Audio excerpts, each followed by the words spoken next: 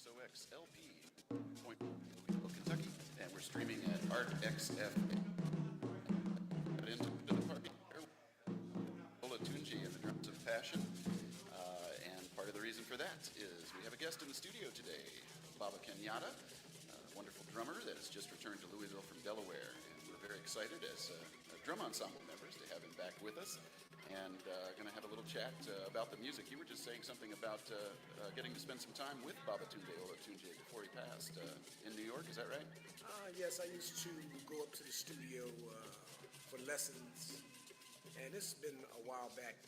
Actually, he came to Delaware, and they dedicated a square to him in the projects. And actually, he played my tumba, my kunga drum, my tumba, the big bass drum. Oh, right. And I kept the head from that drum after I took it off after he played it. I kept it. Enshrined. Yes. Yeah, beautiful. Well, we're happy to have you here, but your story goes back a long way. How did you actually get involved with music, and in particular with this music from West Africa? It's kind of a long story, but I'm going to make it as brief as I can. I planned on being a professional baseball player, played baseball all my life, and unfortunately I developed cataracts at the age of 17 and lost for about a year and a half.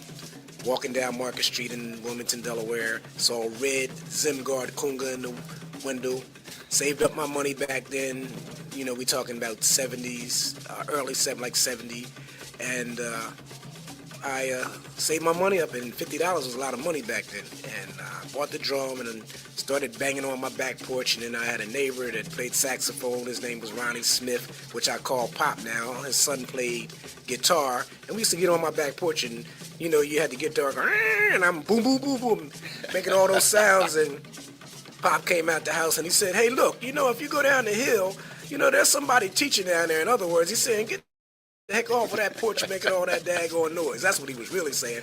But I went and learned basic technique, bass slap and tone on the kunga drum. Used to sit in the living room and listen to Earth, Wind & Fire and mimic everything Philip Bailey did. So that's how I got into playing drums. Then Arthur Hall came to Wilmington, Delaware. We were playing kungas there, me and 3, 4, 5 other people. His drummer pulled out this drum out of the bag. It was shaped like an hourglass, and we was over there playing. We thought we was doing something. And we started laughing because we thought it was funny because we ain't never seen nothing like that. Right. That shows you how ignorant we were. The djembe, first time you met it, okay. Yeah, and so when that happened, we thought we were really getting down. He took the drum out the bag and he put it on the heater. When he put it on the heater, we really started laughing. Then he said he got to heat your drum up. Why is he cooking the drum? Yeah, you know what I mean? And then all of a sudden, he put it around his waist. By that time, I was almost in the floor. You know what I mean? Then he bent over and squat, and he started playing the drum. And we had 6 kungas over there. Everything that we was playing on those 6 kungas, he played on that one drum. And it wiped the smile off my face, and we all sit back and looked and said, one day we going to have one of them. Now I have 8. Right. And, you know what I mean? And constantly repairing them for other people. And you've got some kind of import-export connections. Talking about the warehouse in New York and things like that. So you've really got a network of players who love and maintain this music. Specifically the music of Guinea, how did that come into your life? Mustafa Berete, I was in New York City going to buy a skin from a brother named Bumba, because that's where we were getting our skins before I met Mustafa. And Bumba wasn't there one day, and we were getting ready to leave, and he said, let me show you my thing. And we said, and so we went upstairs. He opened up this container, and it had about 300 drums in there, and they were all in djembe bags. It messed me up. I'd never seen nothing like that in my life. Kid in a candy store stuff right there. And so we saw these mudcloth bags that we wanted, and we didn't have the money. We only had money for skins. So we get ready to leave. He said, you want the bags? He said, yeah, but we had no money. He said, take them. He said, when you get back, just send me the money. He never met me one day in my life, but he just knew that he could trust me and my friend Elliot Brown. And so when we got back, we sent him the money for the bags. And from that point, he talked me into coming to Guinea. Went to Guinea. I had the biggest birthday party ever. Joliba, Percussion de Guinea, Les Ballets Africains. These are all the top names in the field, yeah. All those drummers played at my birthday party, which the elder of the Conakry turned it into a naming ceremony. So I got my name, already had Kenyattaa. I got my name Jomo Kenyatta, and then I got the last name of the family, which is Berete. So my name is Jomo Kenyatta Berete, so that's how I got it. And that's how I got to Guinea. And then while I was there, I was able to study with Kumbana Kundi, was my first teacher. Fado Baolani was my second teacher. Lassie Kante from Percussion in Guinea was my third teacher. I've been to Mama D's house, Mama D Keita. I've been to Famadou. I used to watch Famadou work on drums, make drum at his house, so. So the Berete family, essentially lineage musicians, everybody in the family is engaged somehow in this, and they took you in. Well, actually, no. He kind of Mustafa got into making the drums. He doesn't play. Oh, interesting. But there's family members in his family from the village of Sigiri, which is our village. There's some master drummers there. They got this one drum I have a picture of, man, that is so old that Baba Baile in D.C. saw it, and he asked, could he have a picture of it? And I had to send him a picture of it. Baile is one of the best drum makers in the United States of America. We've hosted him in Louisville and gotten some of his equipment too, a set of atumpans at one point for a Ghanaian drummer. Hey, while we're talking drums, which we will probably do for the rest of our lives, this background track is yours. You want to say a word about it? I'll bring it up just a little bit more. Well, what I can say is that I'm on the fly, so what I did is how I created my music is I played one part and then I just added on. So there's really no structure. It was just what I was feeling at the time when I was doing the music. And so that's how all the parts come together. And this piece off of a CD you put together, What Does the Spirit Say? Is that right? Yes. All right. So fantastic music here. We're going to carry on the conversation a little bit with maybe, what this music gives you as a person, as a musician, what this particular style of music gives you. And maybe the question, what it offers the listeners or people who are around the music. Well, I just call it feel-good music. You listen to my music.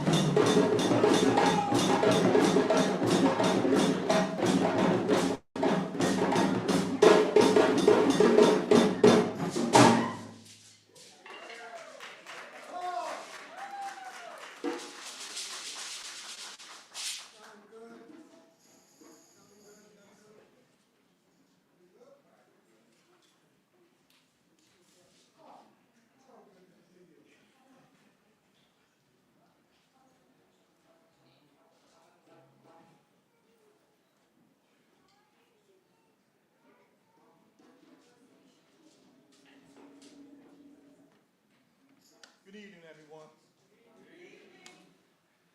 I greet you in the name of the Christina Culture Center because it is an icon here in Wilmington. We are here today not to just have sad feelings, because I'm not going to let you deny them, but we are here to celebrate the life of Baba Kenyattaa. That's it. And I will begin by pouring libation. Libation is our way of giving prayer, making requests, and offering something as we ask and as we make supplication.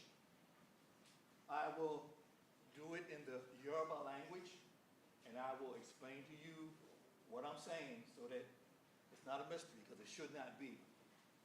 Things that we do, you should go home and have an understanding of what was said and what was done. I take off my shoes because I've been outside, and when I approach the spirits, I don't want to bring anything that's not positive with me. I'm going to pour water because water is our source of life. And once I figure out where, sorry about to put everything. Okay, over here. I thought we were going to use that thing. There's some water right here.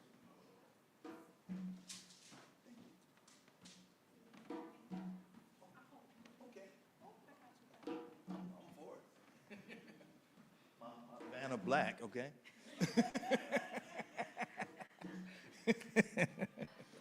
So,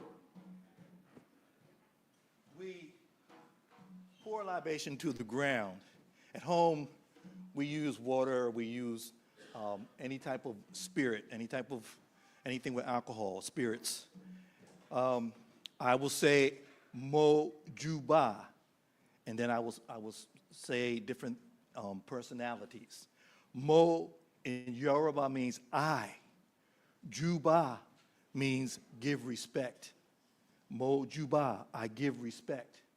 And then we name in the order of the highest, through the hierarchy, the highest being Almighty God. In the Yoruba language, one of the names of Almighty God is Olodumare. We give thanks to the planet that holds us here, that gives us all that we have. We give thanks to the angels, the Orishas, the earth that we call Ile, the Orishas or the angels, we say Orisha. Then we give thanks to the ancestors, Egun. We give thanks to our mothers and fathers, Baba and Iyas. And then we give thanks to our children, okay? As I give thanks, as I give respect, your reply is Ashe, which means let it be so. Ashe. She means to do. Let it be done. Okay? Ashe. All right, I like that. So then, Mojuba, Olodumare. Mojuba Ile. Mojuba Bogbo. Bogbo means all. Bogbo Orisha. Mojuba Bogbo Egun.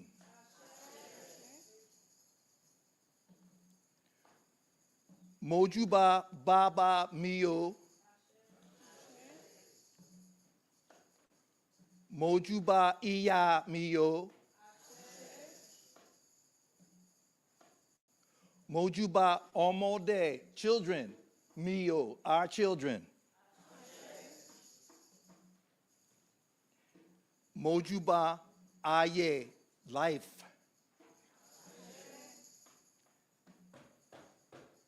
We give thanks for the ability to gather here today in the name and in the honor of our Baba Kenyattaa.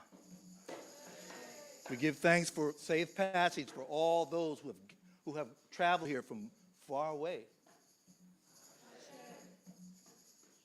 Thankful that we're seeing faces that we haven't seen in a long, long time. And hoping that our spirits will be high in the celebration of the life of Baba Kenyattaa.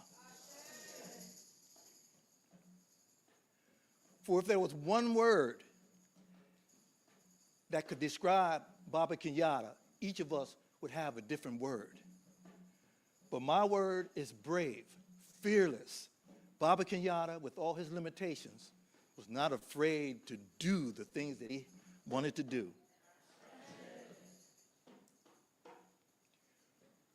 We ask that those who were not able to be here today, that they be given strength and health, that they can be with us once again. And we ask that we have love for one another. And outside of these gatherings, outside of these special events, that we have the same love for each other. For we ask these things, as we ask all things, in the name of our great and divine ancestors, from whence we came. Ashe, Ashe, and Ashe. I would also make a mention that Baba Kamal was not able to be here today. He has a respiratory infection. But it's ironic because Baba was the one who pointed Baba Kenyattaa. Back in the day, Baba Kenyattaa pointed to the drum, and he had it in his spirit where he wanted to go. And I believe he got there. Ashe, Ashe.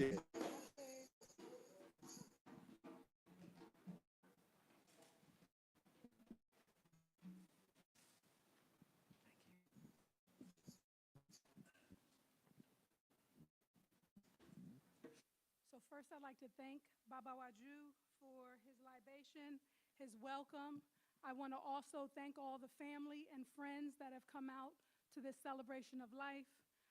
For those that don't know, I am Salimata. I am one of Baba's daughters that has been charged with celebrating his legacy and honoring his spirit. And I do that humbly, with gratitude and graciously. I would like to continue tonight's program with a reading. Right here in this very space over 30 years ago, along with being taught by Baba Kenyattaa, I was also taught by Sister Zadia Ife, my first drama teacher right here at Christina Cultural Arts Center. And even though she is in Los Angeles physically, she wanted to be here, not only spiritually, but also wanted to send her love and blessings with her gift. And her gift is the gift of writing. So this evening's reading comes on behalf of Sister Zadia Ife. As a drama teacher, a writer, a producer, and a director, she asked if I could have an accompaniment by the drums. There is an African proverb that says, "When death finds you, may it find you alive." The adage is a reminder to engage with life, to pursue your dreams, and to make the most of each day. It's about more than just merely being alive. It is about actively living, experiencing, and engaging with the world and the people around you. It encourages one to live in a manner that is true to oneself, as opposed to conforming to the expectations of others. It encourages us to live a full life, one that is purpose-driven and meaningful, because that is the only way to create legacy. That is the way that we are remembered. Baba Kenyattaa Henry was a part of the rhythm of our collective African consciousness. He didn't just play the drums, he embodied them, pursued them. He actively lived within the beats and the beats in between the beats. He made the most of every syncopated rhythmic pattern. His finely tuned ear beat out a pulse that let our feet know that it was okay to dance. It gave our hips permission to sway. It gave those drumming with him the ability to interlock their rhythms with his and create a cohesive whole filled with the polyrhythmics and rhythms of the motherland. The instructions left to us in the Ptah Hotep state said that if thou be a leader, as one directing the conduct of the multitude, endeavor always to be gracious, that thy own conduct be without defect. Though oft times in pain, coupled with diminished sight, Baba graciously shared his gift with the village, and he did it in his own terms, blunt, to the point, unapologetic, but always with grace and excellence. The wisdom left to us by Ptah goes on to say that if thou be among people, make for thyself love, the beginning and end of the heart. One that knoweth not his course shall say to himself, seeing thee. He that ordereth himself duly become the owner of wealth. I shall copy his conduct. Thy name shall be good, though thou speak not. Thy body shall be fed. Thy face shall be seen among thy neighbor. Thou shalt be provided with what thou lackest. Deuteronomy 31:18 says, the Lord himself goes before you, and he will be with you. He will never leave you nor forsake you. Do not be afraid. Do not be discouraged. Concomitantly, the mystics say life goes ahead of us, providing what we need before we need it. And so with this ancient, biblical, mystical covering and gracious gift, Baba Kenyattaa not only inspired young drummers, but he also found family wherever he went, from Wilmington to Louisville and all the way to Africa. Though his sight was diminished and his body was racked with pain, he courageously kept going, and there was always someone there to help and assist. And so, as our beloved brother, mentor, son, father, and friend begins his journey home, please take comfort in knowing that this is a celebration of life, of a life well lived. For we know that this is not the end, but the beginning of his eternal life. Though he has shuffled off the mortal coil, the wealth and knowledge and creativity that he left instilled in the minds, in the hearts, in the hands and feet of the people he met. That's legacy. That is the way we will remember him. May the seeds that he planted continue to nurture, inspire, and invoke innovation in the generations to come. For we know that we will hear his rhythms again, coming from the adept hands of the other drummers who were and are inspired by his creativity to catch the beat. We will see his smile on the faces of his children, as well as those descendants who are yet to be born. We catch his laughter on the wings of the wind and feel his warmth during those moments when we need it most. May his heart be judged as light as a feather on the scales of Ma'at.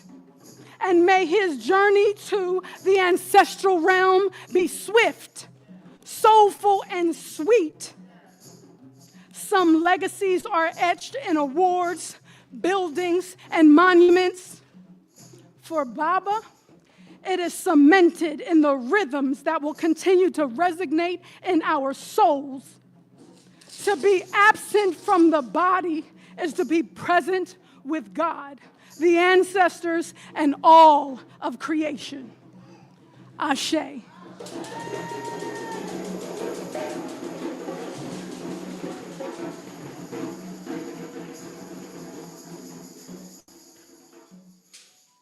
So just like Baba Kamal, I have been receiving texts all day for the last 24, 48 hours about friends that wanted to be here. And I must say, on behalf of Baba Reuben Salters and Brother Mike from Dover, unfortunately, the Dover ensemble would not be able to be here for the dance and drum tribute, but they definitely send their love and their spirit. They know that they owe a lot to Baba and his teachings and his rhythms, and they wanted to make sure that their energy and their name was spoken. So we're going to continue to move. Mama Chioma, Baba in his performance resume speaks of you. He speaks of meeting a storyteller that changed his life and that gave him a place to play his rhythms, because he could always accompany you and know that your words were pure and true and cultural, and that you have always, always been about telling the truth through your stories. And it is just an honor that you are honored. We really, really thank you for being a part of this celebration. We couldn't have it without you. So we do appreciate you opening us in story today.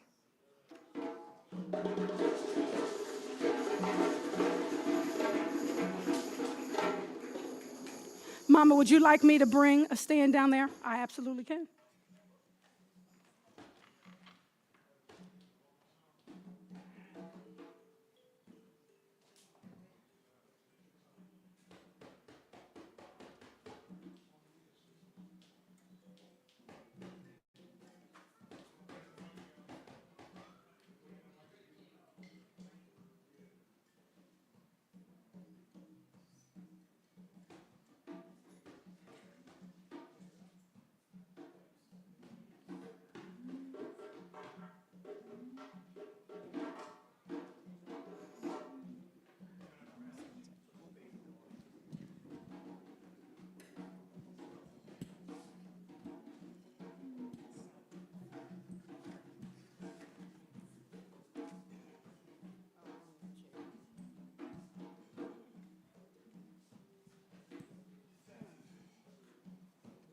Alafia, everyone.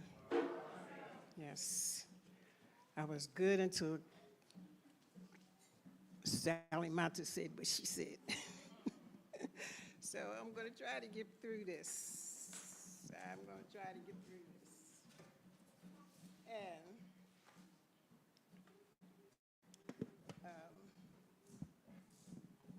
Baba Kenyattaa was my very, very, very dear friend.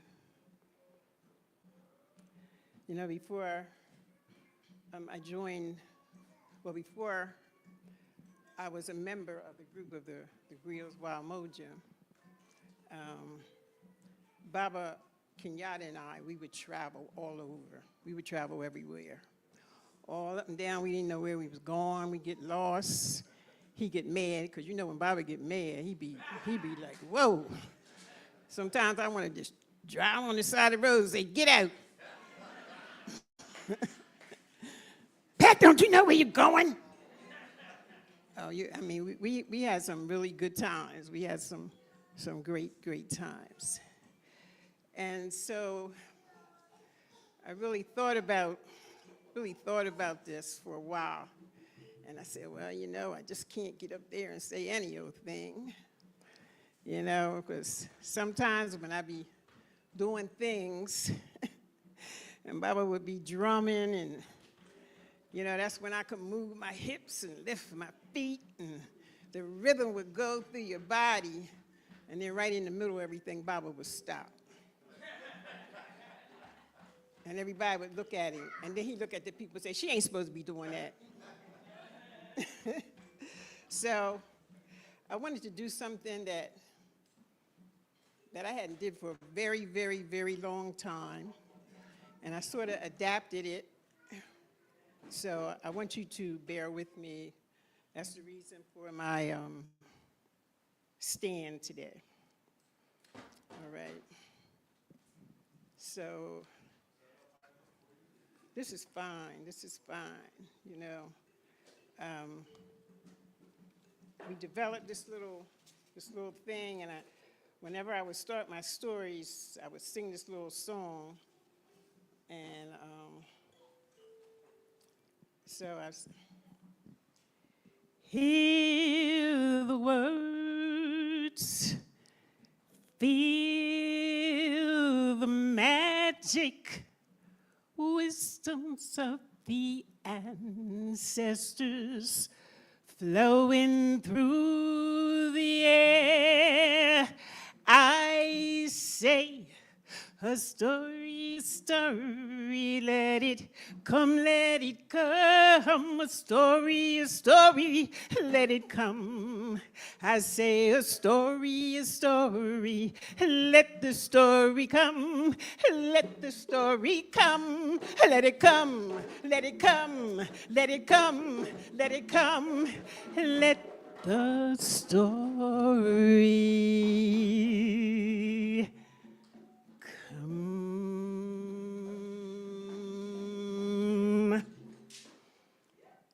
There once was a village. And the village, you see, it had once been known for its vibrant, sacred rhythms. But now the drums, you see, the drums were silent. The people in the village, they no longer danced. And the elders, you see, they had grown old. They had grown old, and sometimes they were sad because, you see, they had grown old without an heir to remind the people of the rhythms. And so, what would happen, you see, is every evening, there was this Baba. We'll just call him Baba. And he would sit. He would sit by his house.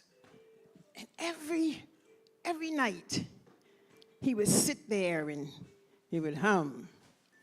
And then he would play the rhythms silently on his thigh. He would do this for hours, and he would do it every day. But there was a little boy. Well, he wasn't so little, but they called him Obisi. And the little boy, his eyes were full of curiosity, and his heart was full of questions, you see. But his mind, his mind danced, you see. His mind danced. And he would sit there for hours, and he would watch Baba. He would watch and listen to Baba tell these stories, you see. And then in between the stories, Baba would hit his thigh like he was playing a drum. And one day, he asked Baba, he said, why don't we play the drums? Why don't we play these drums, these rhythms that you pat on your thigh? And Baba laughed and said, my child, we buried the drummer and we haven't raised a new one. So, time come and time go. And Obisi, he went home. He laid down at the end of his day, you see, and he went to sleep. And on this particular night, you see, he had a dream. He had a dream. And in this dream, you see, there was this large drum in the middle of the village. And around the drum, you see, there were shadows, and they were moving and glowing, and he was looking at them. And you see, the wind was blowing. And then finally, something came to him, and the drum, it started to play. And in this dream, the drums got louder and louder and louder and louder.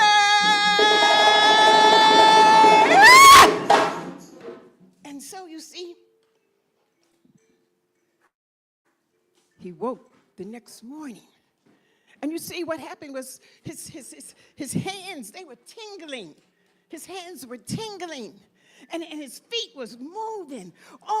His feet was moving involuntarily. Because you see, he could still feel the rhythms of the drum, even from when he was asleep in his dream. And so he ran to Baba. He said, Baba, he says, you know, I think the drum was calling me. I think it was calling out to me. And Baba began to smile. He said, oh, you think the drum was calling to you? He says, I think the drum has chosen you. And so he said, well, what must I do? What must I do to bring these rhythms back to our village? What must I do to make our people dance again? He says, oh, my child, you must be patient. You must be patient. You see, when the drum calls you, the drum will call you, and it will tell you that we must not only just bring it back in rhythm, but we must bring it back in memory. Because you see, what happened was the people in the village, they had begun to leave, and people were coming and going. Some people stayed, and some people, you see, they came back. And the ones that came back, they forgot the old rhythms.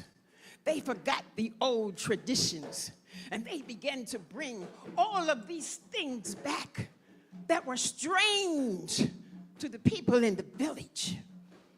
And so Baba knew that he had to remember.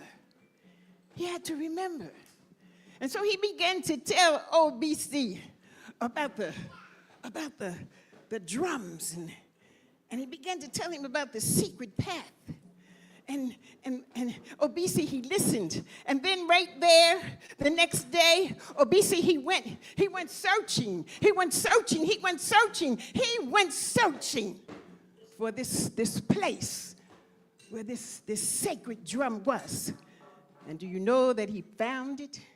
He found it, and it was covered with leaves and rocks. And he pushed them aside, and then he came to the center. And there, on the shrine, was the drum. And he looked and he stood. It was old, you know. The drum, the wood was crumbling, and he looked at it. But it was something in that drum that said it was alive, and it had been waiting for OBC. Oh, then OBC, you see, he went over to the drum and he touched it. He touched it.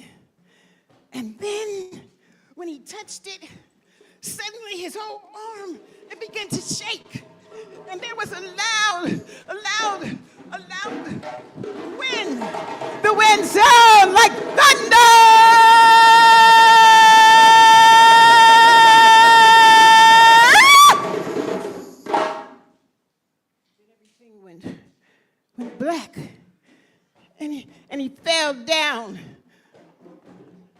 by the shrine where the drum was. But you know, when he opened his eyes, who did you think he saw? He saw Baba. Baba was standing there looking at him. He said, oh, my boy, I knew I had to come because, you see, you are going to be overwhelmed because the drum you see is sacred. Oh. And then Baba and Obisi, they traveled back to the village. And Obisi was so proud. He found the sacred drum. I found the sacred drum. I found the drum. I will make our people in our village dance again. Oh, we shall dance again. And then he laid down and he went to sleep. Oh, but let me tell you, this time when he went to sleep, he dreamed deep. And there came a woman. Yes, there came a woman, and she was all dressed in white, and she had all of these things, all of these markings on her arms, and you know what? She had a feather. Yes, she did. And she took the feather and she laid it in Obisi's and said, "You have received this challenge. You have been called to play the rhythms." And then he says, but before you do that, you got to do 3 things. He says, first you got to do 3 things for the body, for the mind, and then for the soul. And the next morning, time come and go, Obisi, he woke up. Oh, yes, he did. He woke up. But he could still remember the lady with the white dress, the lady with all of the carvings and the symbols on his arm.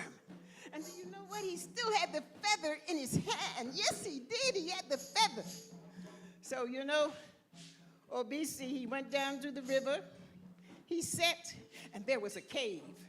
There was a cave. And he went in the cave. Oh, and there were stones. Oh, there were stones everywhere.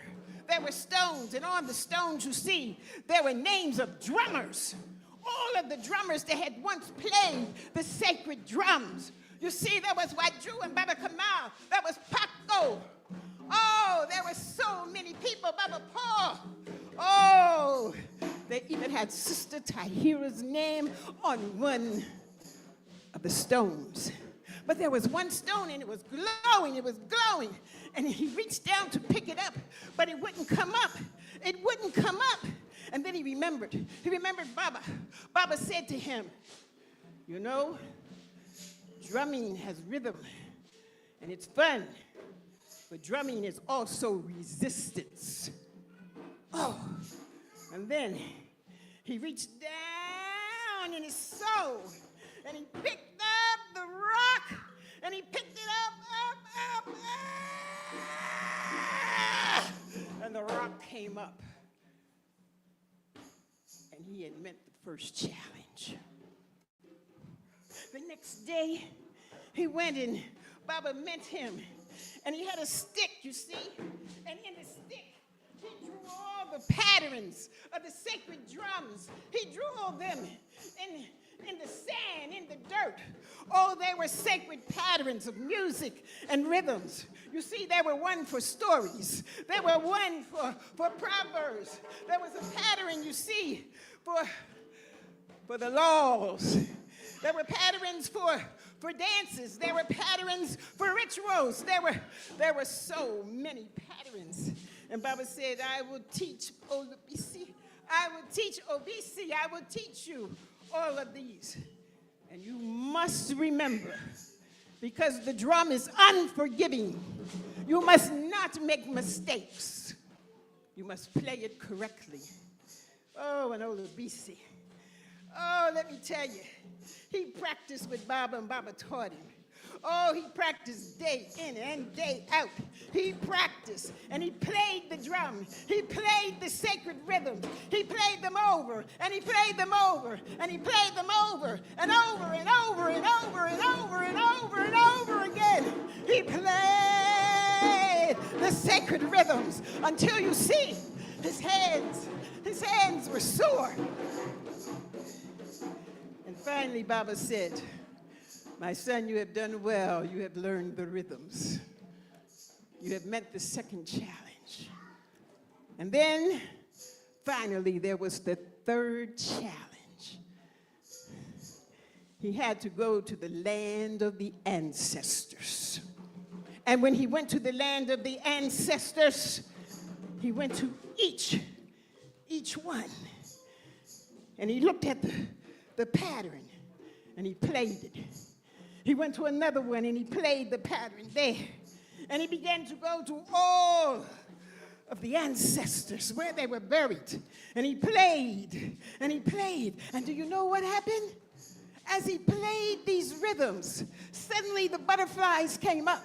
And they were shining and shimmering. First there was one, and then there was two, then there were three and four. And then suddenly the land of the ancestors, they were filled with these shimmering butterflies.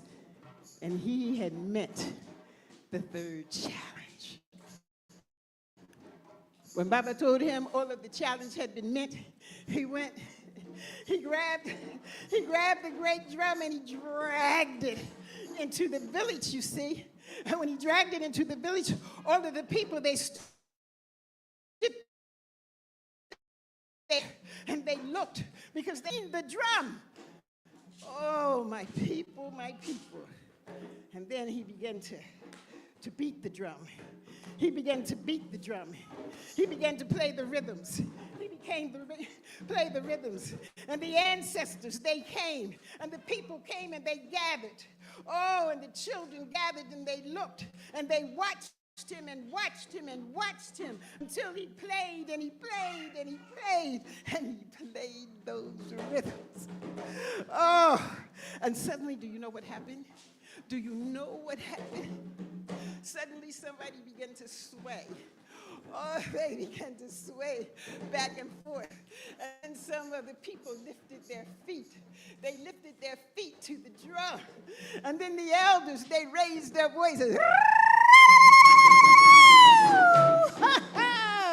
And then you see the drums began to play. They began to play and they got louder and louder, louder and louder. And suddenly people from all over, they could hear the rhythm. They could hear the rhythm of the drum. They could hear the rhythms. They could hear the rhythms of the drum. Oh!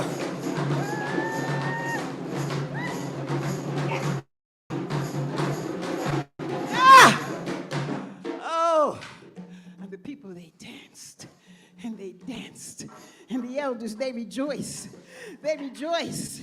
They rejoiced, for they had found the one, the child of the skies, the child of the rhythms, who had come before them and learned. And they would remember. They would remember. And then they begin to say these words. Say these words with me. Remember, remember, remember, remember, rekindle, rekindle, rekindle, reclaim, reclaim, restore, remember, rekindle, reclaim, restore, remember, rekindle, reclaim, restore, remember, rekindle, reclaim, restore. And let me tell you, people, that is the story of how, BC, he brought the sacred rhythms back to this wonderful village. It's the story of how the people, they began to dance. And then one day, he went to Baba's house. Yes, he did.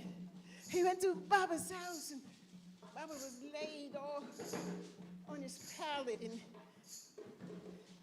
he went in, and Baba reached down and he took a rattle and he said, "This is a rattle.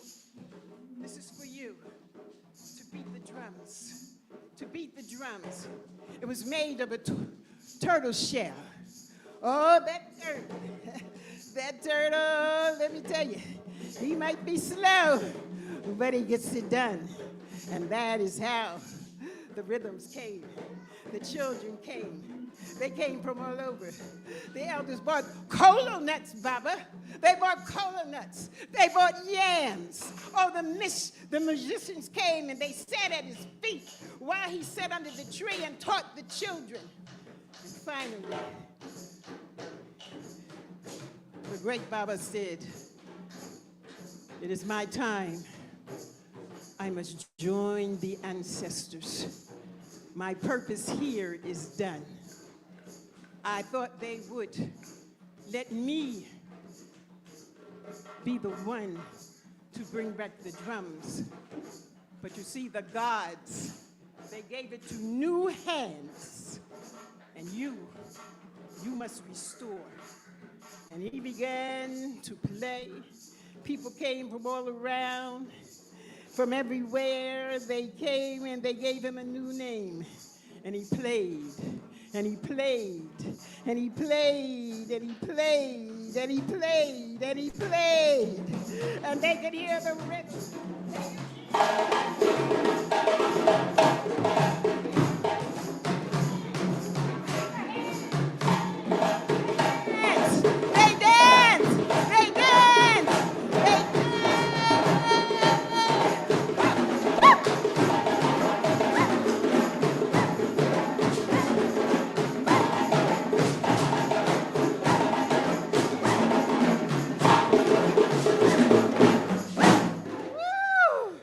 Asante, asante, asante.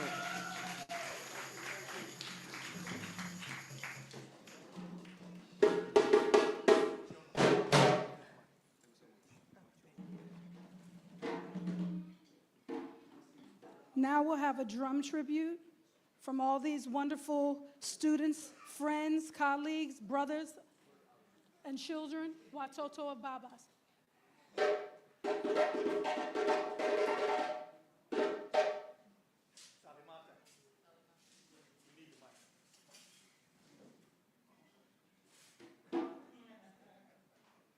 Aaron.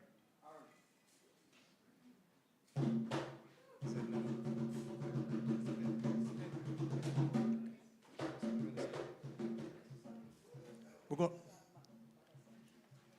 going to sing a song that we've adjusted. It was a song for our mothers, but we're going to sing it for our Baba. It's called Salia, Baba Salia. In the Muslim countries, they do a thing called salika, which is a way of saying thank you to Almighty God. So Salia is an expression of thank you.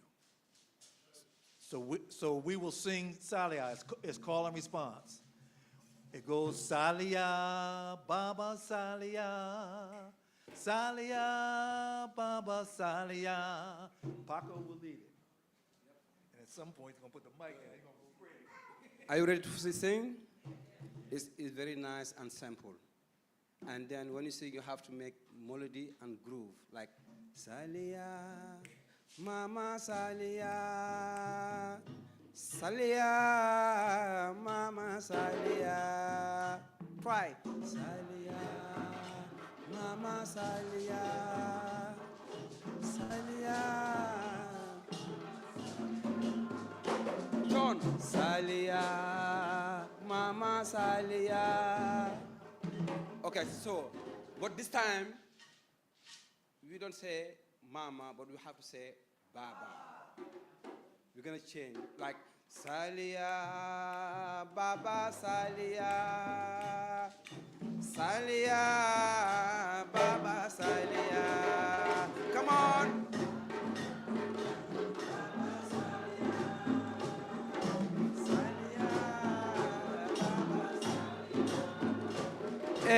Salia, Baba Salia, Salia, Baba Salia.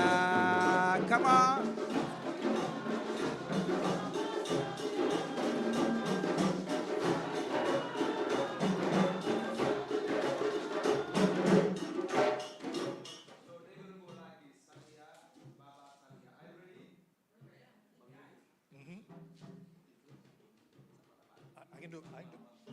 can do it with this.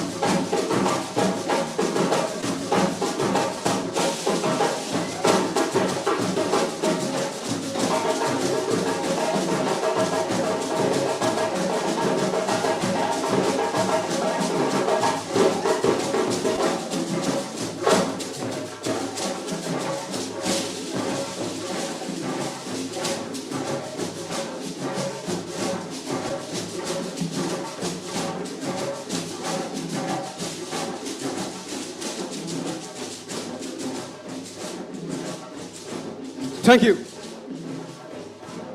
Are you ready for sing?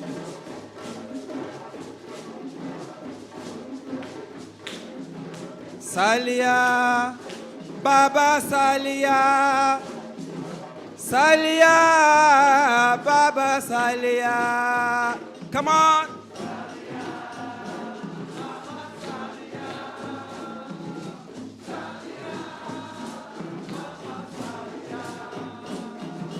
Salia, Baba Salia, Salia, Baba Salia.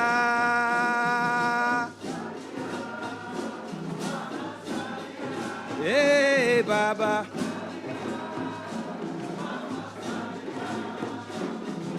Salia, Baba Salia, Salia, Baba Salia, Baba. Hey, Baba.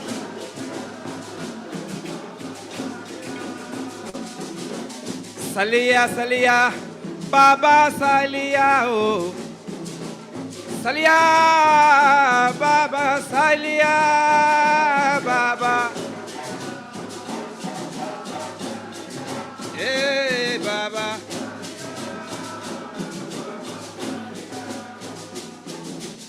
Salia, Baba Salia, Salia, Baba Salia.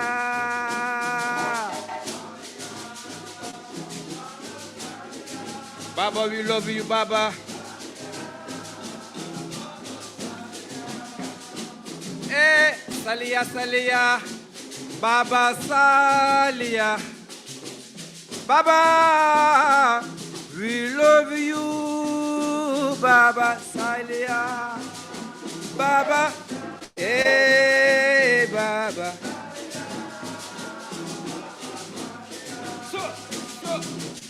Salia, Baba Salia, oh. Salia, Baba Salia, Baba Salia, Baba Salia, oh. Salia, Baba.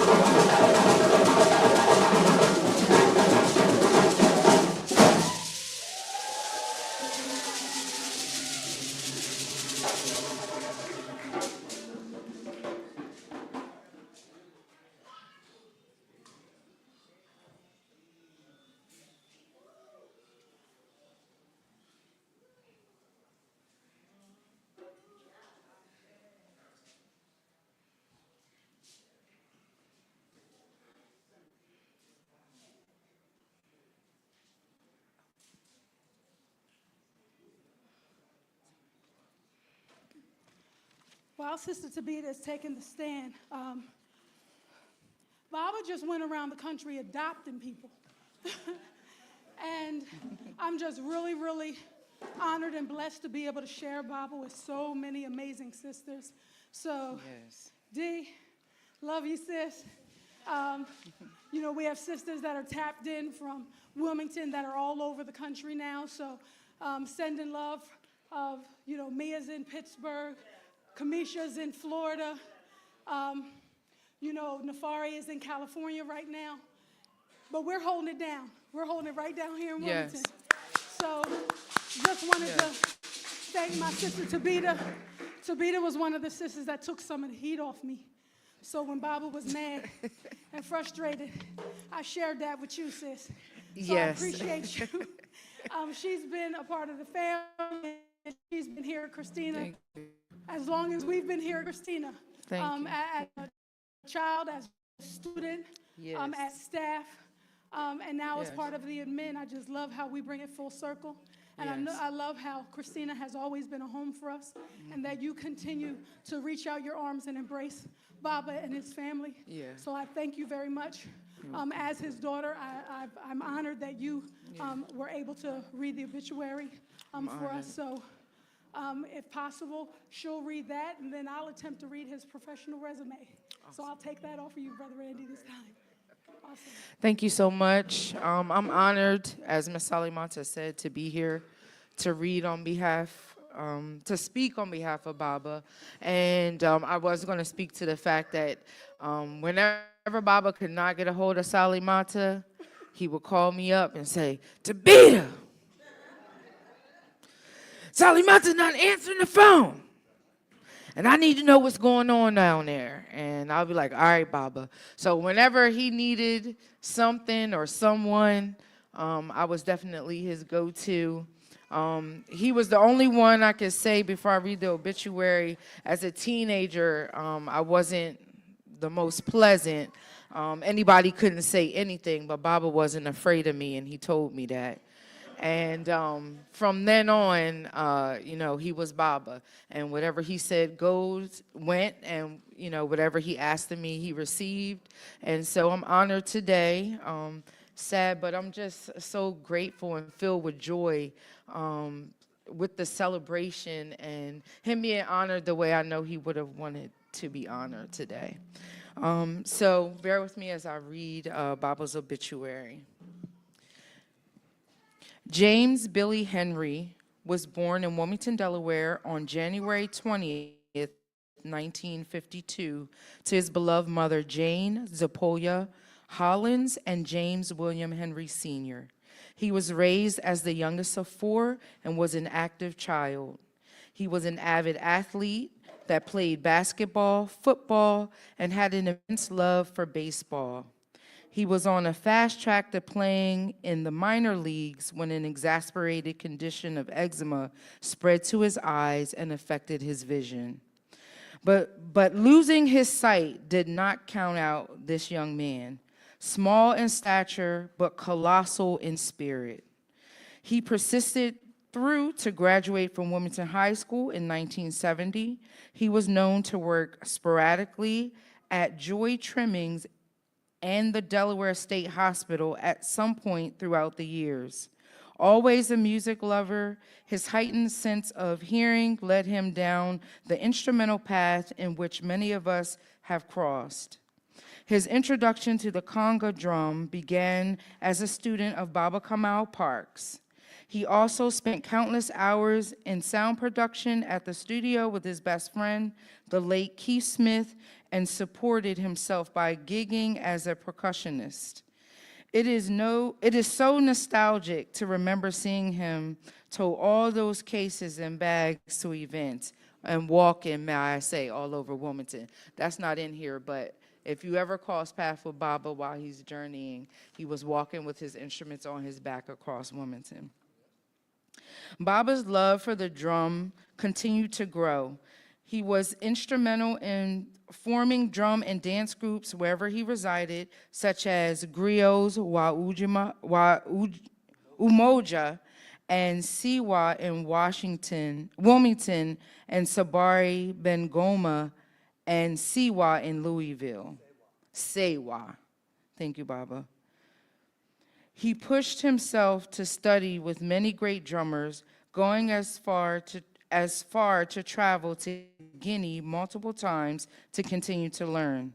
He humbly sat at the feet of the masters he was exposed to, and then returned to the States to share that wealth of knowledge with any and everyone who was interested. He organically evolved into an unmatched keeper of African culture. Baba Kenyatta's percussive expertise was sought after from coast to coast and beyond, even playing in Belize and right here at the Kentucky Derby. The Berete family of Guinea embraced Baba as one of their own, and it is with great honor that they have agreed to transport Baba's remains home to his final resting place. Amen. Ashe. Baba Kenyatta was preceded in death by both of his parents, his sisters, Betty Miller and Linda Johnson, sister-in-law Eva Jenkins Monroe, nephew Jerry Henry, and just recently his good friend Baba Jamal Karam. He is survived by his eldest brother Thomas Monroe of Englewood, New Jersey, paternal sister Ardina Wallace of Wilmington, Delaware, his daughters Deanna Coley of Herndon, Virginia, Salimata Linguer Person of Wilmington, Delaware, 3 grandchildren, 1 great-grandson, 2 godsons, a host of nieces and nephews. Along with his vast cultural arts community, he also leaves to cherish his memory, his 2 adopted sons of Louisville, Kentucky, Lafayette Crowden the fourth, and Randy Johnson, who cared for Baba before and during his health's decline. After an extended illness, Baba made his transition early on June 6, 2025, while holding his daughter's hand. Should have said July, I'm sorry. July 6, 2025, while holding his daughter's hand. His legacy lives on in the rhythms he's taught, the lessons he impacted, and the relationships he forged. Biological and extended, immediate and universal. Ashe.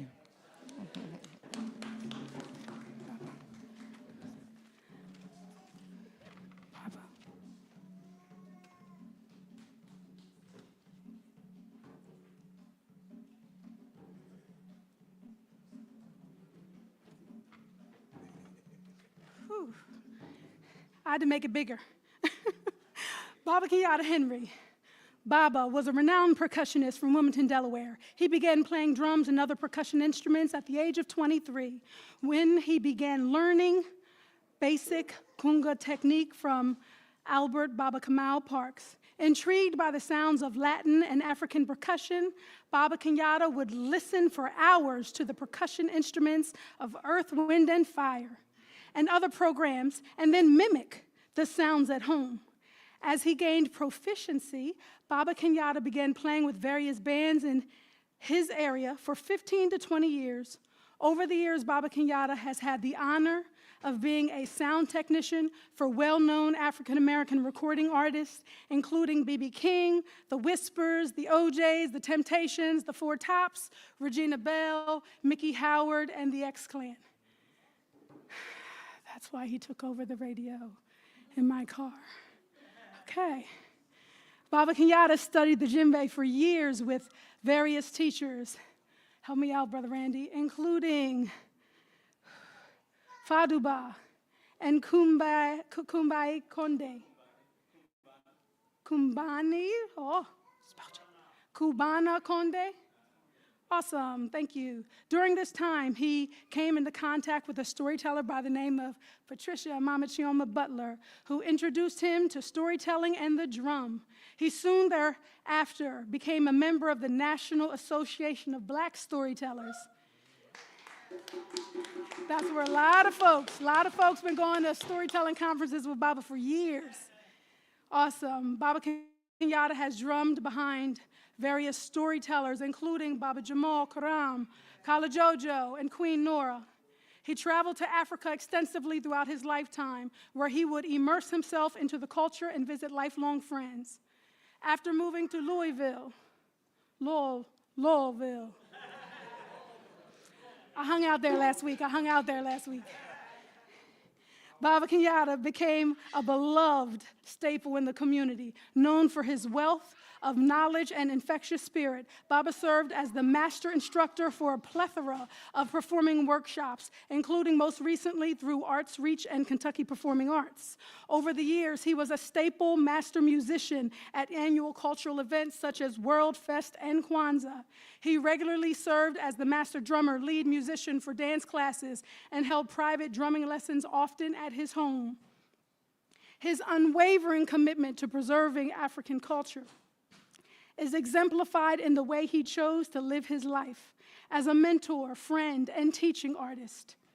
He impacted the lives of countless children as well as adults. His legacy extends throughout the world. Mother Africa held a special place in Baba Kenyattaa's heart.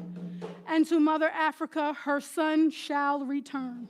Ashe, Ashe, Ashe-o. So speaking of that spiritual journey and speaking of all of the people that Baba came into contact with and affected, I would like to turn this portion of the program over to Baba Paul, who has been gracious enough to speak a little about Baba's recent journey. So Baba Paul Lucas.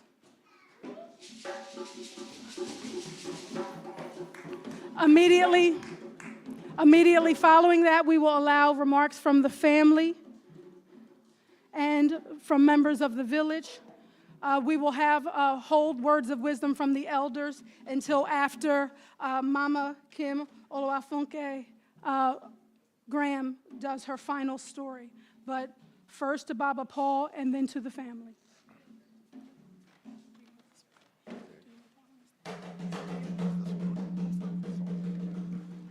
Greetings, everyone. Alafia. I'm not going to try to channel Baba Chuck, who was a good friend of mine, because he went through every religion there is as he greeted everyone. And I'll just say greetings to everyone else. First, let me say my condolences to the family. Condolences to the village, Kenyatta's village, which we're all part of, and to Kenyatta's community, which we are all part of, and that's a vast community. And those things that I was going to say there has been said, so there's nothing for me to add there about Kenyatta's musical ability and how he traveled to different locations to play for people and in search of a lot of different things. He was in search of a lot about self also. Kenyatta and I'm going to jump just a little bit onto and come back to a story. I first heard the name Kenyattaa in the 70s. There was a club here in Wilmington called the Flight Deck. I lived in North Jersey at that time, and I moved to South Jersey. So there was a club here called the Flight Deck. And Mongo Santa Maria was there that night. Somebody said, oh yeah, they know about that. You remember that, huh? When he closed his hand in the car door, playing with the stick, Mongo. Anyway, I was living with a friend over in Salem. He played with a group that you may know called Shabaka. Was out of Salem, New Jersey. He was a percussionist, played horn and sang Krishnil. Ibaye, Ibaye, Ibaye, Krishnil. So that was the first time I've heard the name. So this is the 70s. So now let's move on back up into the 80s. It's when I started coming down here with a group called Ibeji. Haddadi Banks, Janine, Tam. We used to come and do programs down in Wilmington, and that's when I first met Kenyattaa. So we are at one of the locations playing, and we're playing, and this young man walked up to me, and he said, yeah, man, I like the way y'all be playing, man. And we started talking. I started talking about congas. He said, yeah, I play congas. I said, start talking about, yeah, well, I play congas. And I said, I was at the Mongo. He said, yeah, I was there. I said, well, me and my friend, Chris Neal. He said, Chris Neal? He said, man, I know Chris Neal. He was Shabaka. I said, yeah. He said, well, you the guy that lived with him. He told me that you could really play. He said, what's up? I looked at him. I said, he told me you were really big. What's up? You know? So, but that's how he and I met, with that type of interaction, okay? So from there, it was just like that with Kenyattaa and I. So we through the years, we've done a lot of things together. So I'm not going to go down that path because you've heard all that. But as I said, he really searched a lot about truth. What is truth? He reminded me of my brother who wanted to know who named Blue Blue. And he would take you down that conversation about things in life. And we used to have some real interesting conversations. And of course, he was around some of my padrino, Greg Peachy Jarman, who was a conguero, played with Mongo. Played with Mongo. He was out of Philly, so, you know, he used to be around with that. And he used to hear a lot of conversation. And we're getting into conversation, but hey, the drum brought us to all that. And to say that, the drum, Kenyattaa brought, there's only 2 people in here that I did not get to know outside of Kenyattaa. 1, 2 people. I see you. 2 people. Everyone else in here I met through Kenyattaa. Yeah, you won. I said 2. I said 2 through Kenyattaa. So Kenyattaa has been that person to me too, have introduced me to a lot of people and have worked with me a lot on things, and he has shared a lot with me. But as I was saying, he was on this journey about self. And we used to talk, and I don't try to persuade anyone to do things. But he asked me a lot of questions about Yoruba religion, Ifa, and I shared what knowledge I had. I did not grow up in there, but I've been in there 25 years, so I knew a little bit. And then he used to talk to some of the guys around Philly, but never really showed the interest that he was going to make any kind of movement.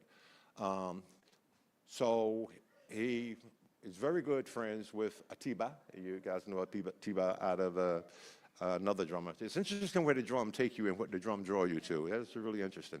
But anyway, he got to know Atiba quite well, and much respect down there as it is every place else you go. And through Atiba, he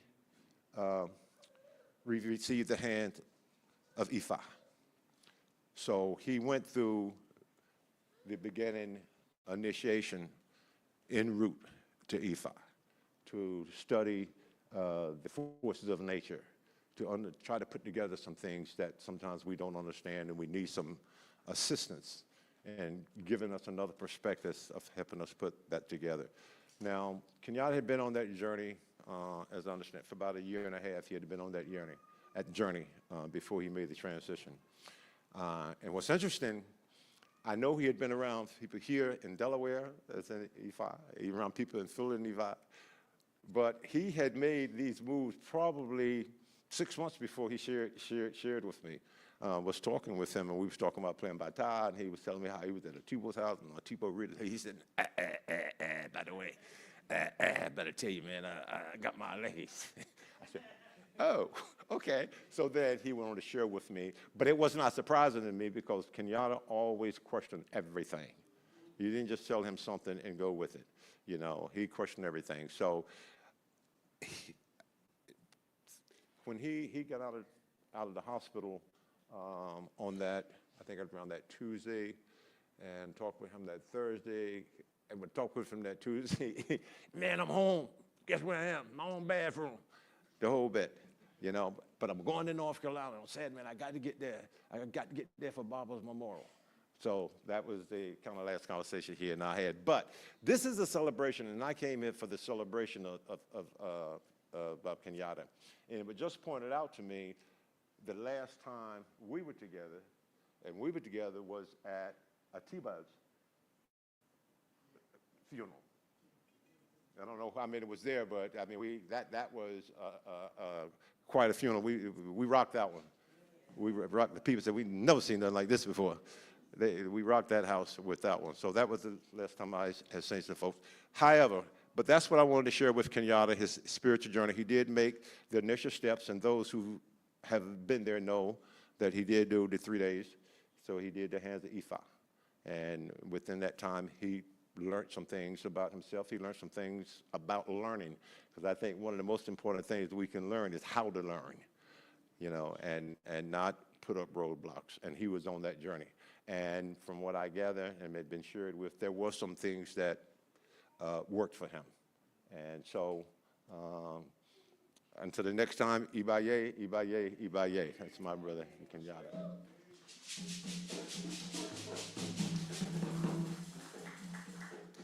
I wanted to invite members of Baba's immediate family up. I know his sister, Auntie Dina's here, Cousin Monique, his niece, also wanted to speak, his daughter, Deanna.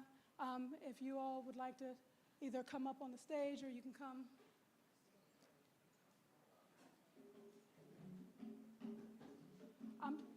I'm sorry, just 1 second, I'm sorry. One thing I'm sorry, I should have said, because I know, I do believe that we have Ifa priests in the house.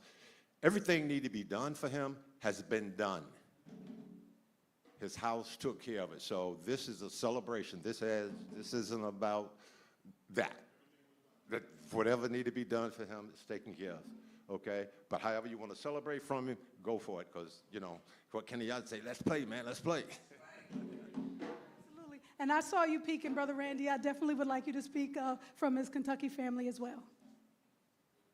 Good evening, everyone. My name is Monique Henry. I call him Uncle Billy. I'm the only one to call him Uncle Billy. Sometimes I'll be like, Baba Kenyattaa, because that's how he always got to say, you better say it if you're going to say it, if you're going to say it right. So I'll be like, Baba Kenyattaa, and I just say it over and over. But it touches my heart that all of y'all took him in as a family. Salamala, Randy, Lafayette. God brought you guys to him. And it is just so overwhelming when I saw in Kentucky and everybody came out for him. I'm just still full because he's just so happy. I mean, the way the rose petals, and I just couldn't believe, I just couldn't believe what I was seeing. I was calling everybody, you know, I'm like, coming to America. I just didn't, I just was all discombobulated today. And I got the call on July the 6th about my uncle early in the morning. I had spoke to him a few days before he started transitioning, and he was like, your birthday's on the 7th, and I'm home now from the hospital, and I'll be giving you that call early in the morning. And the call that I got the day before was Salamala. So I just want to thank everybody from the bottom of my heart and my family. Thank you so much.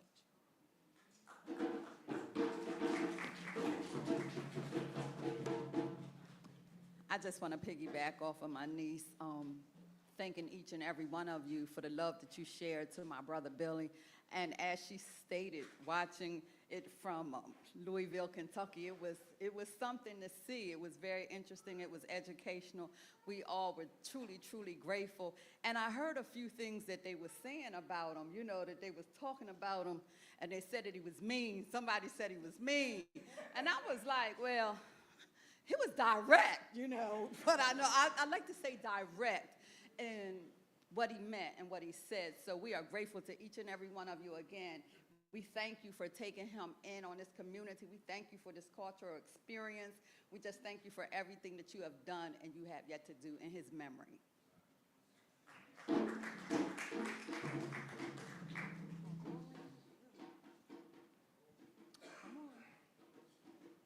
I don't think I can do this without my immediate and adopted siblings because they have been holding me up through the entire process. And Salimata knows that I'm not one with crowds, and neither was Baba Kenyattaa. I mean, he was a performer, but to know him, to be around openly doing this is just not, it was not his thing. So we are so much alike in that way. But I just wanted to thank everybody for the outpouring of love, and I say that with a huge smile on my face. From the time that I was a little girl, Salimata was always there for us. My goodness, just somebody mentioned him walking through town with his instruments on his back, and I remember being in a baby bag on the front with the drum on the back, and he would walk from East Side to Christina just to get to practices. So if it wasn't for him instilling the arts in me, I would not be the artsy girl that I am today. He used to say that I sang like Mariah Carey, and I still love her, the 90s version of her. Nobody will take that away from me, not even him. God rest his soul. And, you know, because of him, he's played in my auditions. I was a great dancer because of him, retired dancer, and now I have a legacy here with me, my brother, who continues to play drums and let his rhythm live on through him and his children. I'm forever thankful, and my sister, who's just, as you've seen, an amazing dancer, an amazing soul. So there's so many things that I can reflect on just as being his daughter, but I just want to thank everybody for the outpouring of love here and in Kentucky. I was there for him, with him during his last breath, and it was an amazing experience, and I'm forever thankful that I was able to share that moment with him. But more thankfully that I'm forever able to see all the faces who he shared and who he impacted as well. So thank you guys. I appreciate it. Good afternoon. Hello, greetings. My name is Randy Johnson. It's so wonderful to look at Dee because you can see Baba. Like he's just sitting right there on her face. I got some words because I can't sing as beautifully as Mama Chioma. So, if you know who said these words, you can go ahead and shout their name out. Baby, you understand me now, if sometimes you see that I'm mad. When everything goes wrong, you see some bad. But I'm just a soul. Don't be, oh Lord, please don't make me understood. Nina Simone. I've been playing this almost nonstop because it speaks to me and it speaks to Baba. So I'm gonna read the words for those who don't know it again. Baby, you understand me now. If sometimes you see that I'm mad. Don't you know no one alive can always be an angel? When everything goes wrong, you see some bad. But I'm just a soul whose intentions are good. Oh Lord, please don't let me be misunderstood. You know, sometimes, baby, I'm so carefree with a joy that's hard to hide. And then sometimes again, it seems that all I have is worry. And then you're bound to see my other side. But I'm just a soul whose intentions are good. Lord, please don't let me be misunderstood. If I seem edgy, not mean, I agree. If I seem edgy, I want you to know I never mean to take it out on you. Life has its problems, and I get more than my share. But that's one thing I never mean to do, because I love you. And he loved you, D. He's so excited that you're here. I'm just human. Don't you know I have faults like anyone? Sometimes I find myself alone regretting some little foolish thing, some simple thing that I've done. Raise your hand if you had one of those conversations with Baba when he's just ruminating. And he finally came through and he had his revelation and he said, this is it. But he sat and he thought. And the reason that he struggled in this world is because we live in an undisciplined world. And Baba was a disciplined man. And Baba expected everybody to do what they were supposed to do. And he didn't have to say it. And if you didn't do it, you ended up on that other side and he got a little edgy. He got a little sharp. I praise God that I got to meet this man. I'm so wonderfully thrilled to be here with you all. I see a heavy, heavy weight as I look at the grays in the room, the gray hairs and the aged faces and all the memories. Mama Chioma, what an apt story. What an apt story. Yes, give it up, thank you. I look around and our generation is not holding the mantle as high as we should hold it. I want to say thank you. I'm sure Brother Paco agrees. Thank you so much for creating this space. Thank you so much for doing it. Before it was cool, before there was the internet where you could just look up anything that you wanted to see, but when you had to talk to somebody, when you had to read a book, when you had to travel, thank you so much for leaving this legacy, because you all are carrying it. Baba didn't do this alone. He couldn't have. That's not community, that's not the African way. Baba was a Pan-Africanist through and through and through and through and through. So thank you all. I'm so honored to be here. I'm gonna carry on that drum. I'm gonna carry on teaching. And I just thank God for the honor.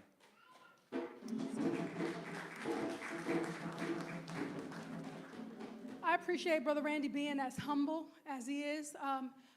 Randy has been charged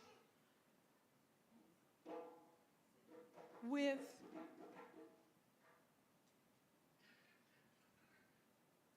caring for Baba when he was ill, for taking him to doctor's appointments, for making sure his bills were paid, and that his affairs were in order.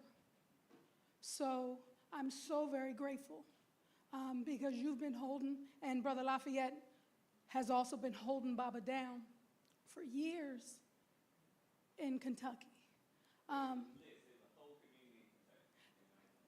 Absolutely, absolutely. And they showed up and showed out for Baba. So, I mean, it was just a beautiful, beautiful beginning to this journey that we're carrying on right now. Because what's happening right now is also beautiful, and it is also necessary. Because there were times when Baba wondered if Wilmington loved him. So I'm just grateful for you all to come out and demonstrate that you had love for Baba. You know, his old stubborn self, you know, packed up his stuff a couple times and moved on down there. And I'm glad that we called him back a couple times. But he was absolutely embraced.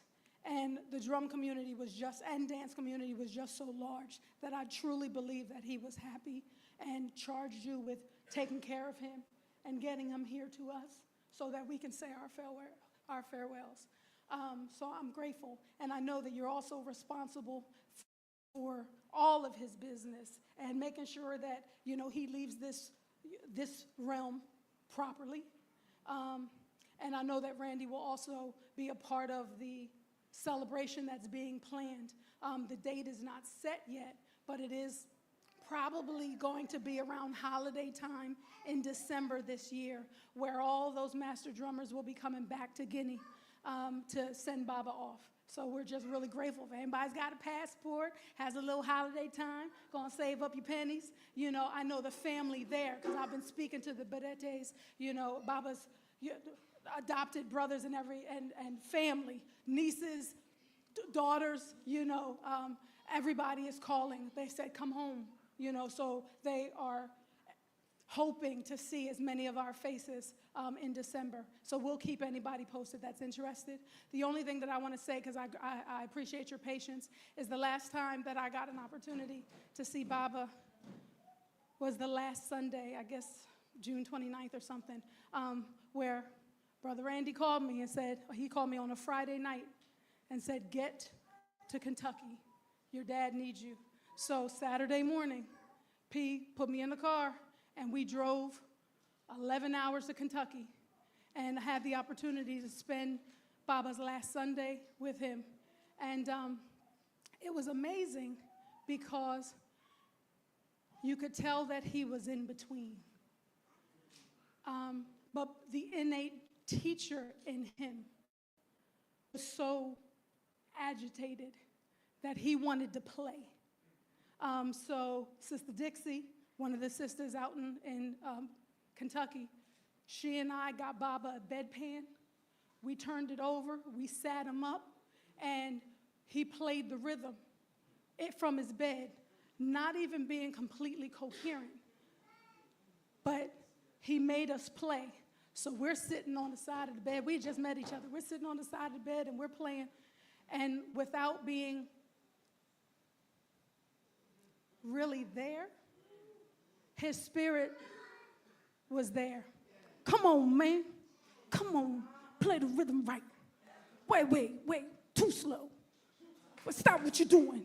Wait, come on. Get it. Faster. And we were like, whew. But as agitated as he was, he found peace in teaching. And that is who Baba was, is, and will always be in spirit, is an amazing teacher. So I'm just grateful to be not only his daughter, but also his student, and being able to carry these lessons along, as well as this entire arts community. We have been charged with continuing to keep Baba's legacy alive. So Asante Sana for all that you've done.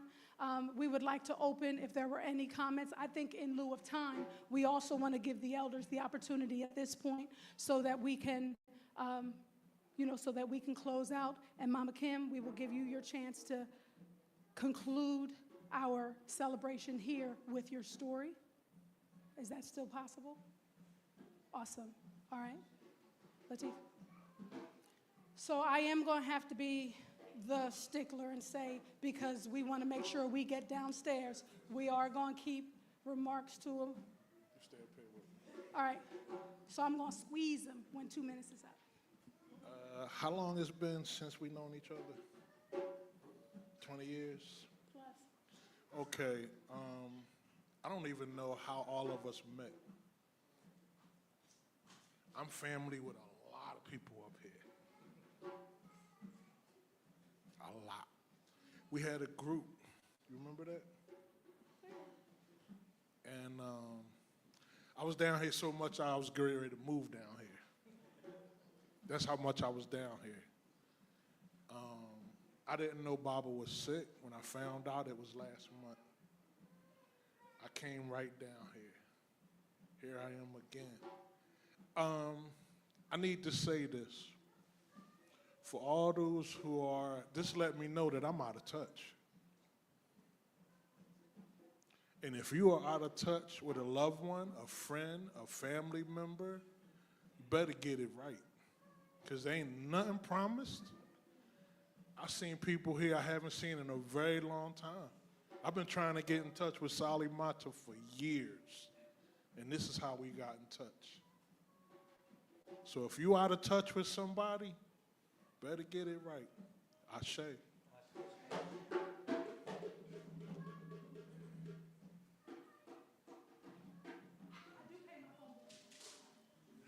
Good evening, everybody. My name is Brandy. Some know me as the Queen of Shake. This Shakare was made for my mom 20 plus years ago by Baba Kenyattaa. Baba Kenyattaa believed in my talent that much that when my other Shakare broke, he said to my mom, he said, TT, why don't you give that to Brandy? She'll work it. And I've been shaking this ever since. I am a proud student of Baba Kenyattaa. I endured, okay?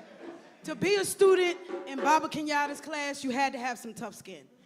You had to have that passion in your spirit because Baba was very, very passionate about his craft.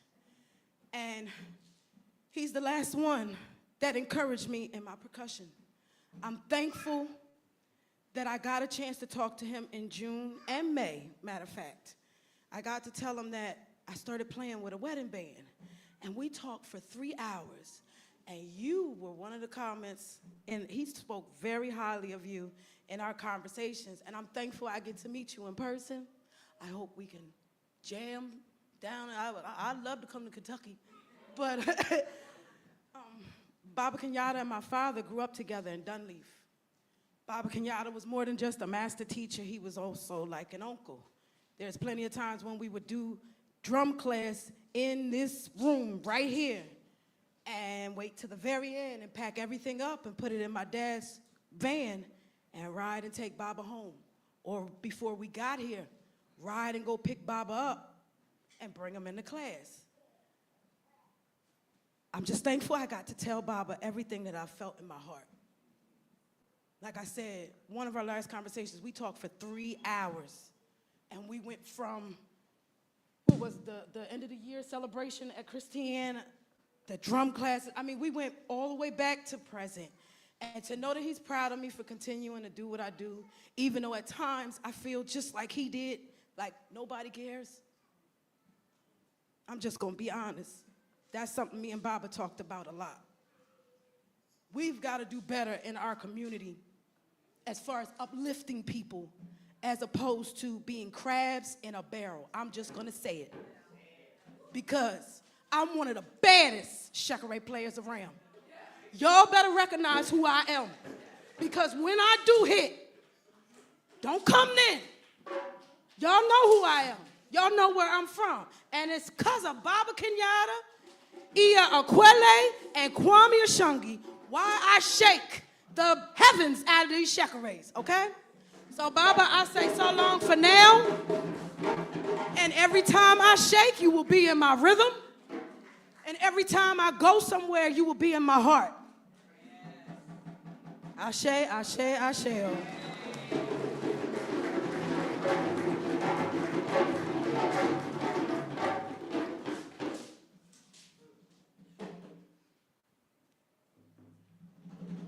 Alafia, everyone. My name is Olu Tohin, and I met Baba Kenyatta. So ever since I met him, we hit it off, and I'm telling you, this guy knew everybody.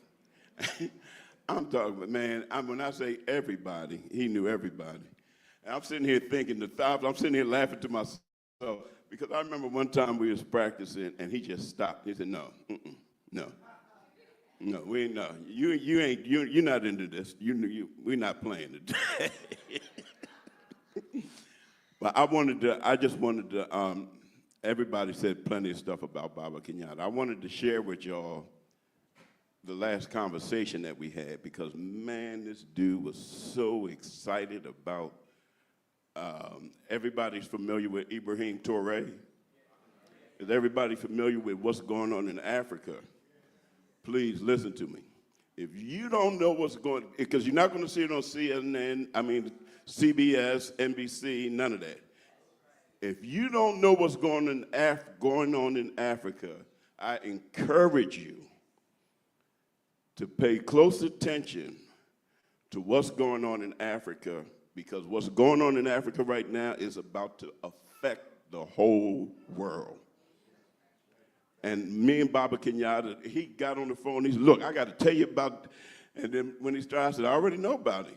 So our conversation, listen, it was like Baba Kenyatta was predicting this. He wasn't saying, I hope that Africa unite. He said, I am so glad to see Africa uniting, and I'm alive to see it. Like he knew what was coming next, and he just continued to speak in past tense like he knew what was going to happen. He said, man, as soon as I could get up out of this bed, I'm going to get my red beret and get me an Ibrahim Touré t-shirt. And he just went on and on and on. And listen, he was so excited. I never seen this man so excited. That's the last conversation we had. He said that Africa is finally uniting. Like, he had a vision. He's seen it already. And I love this man to death, man, I'm telling you.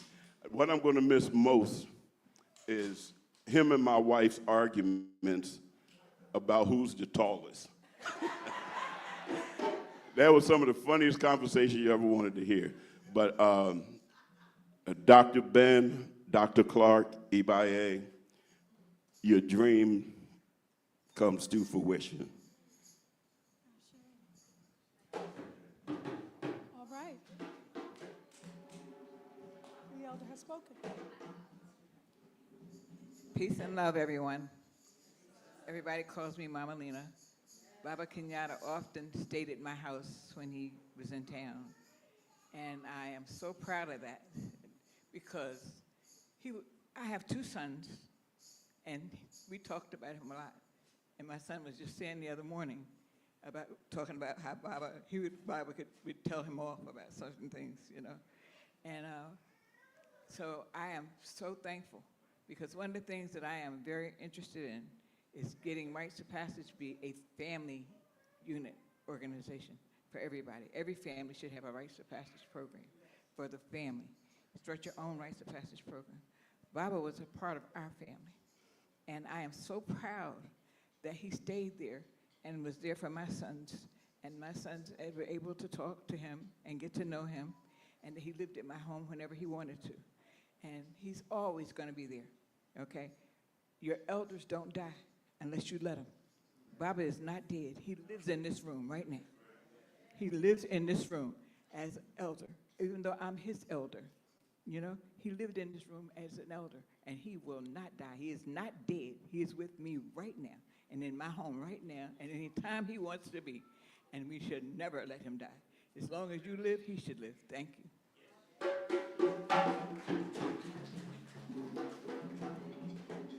Is there anyone else?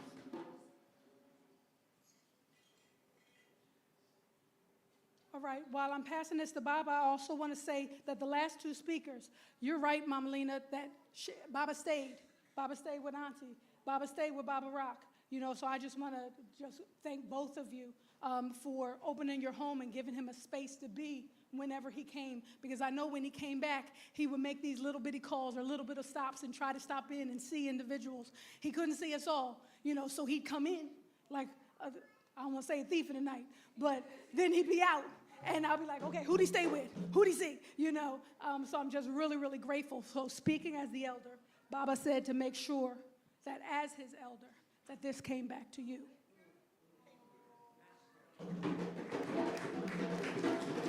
And Baba Rock, we want to thank him. He actually volunteered.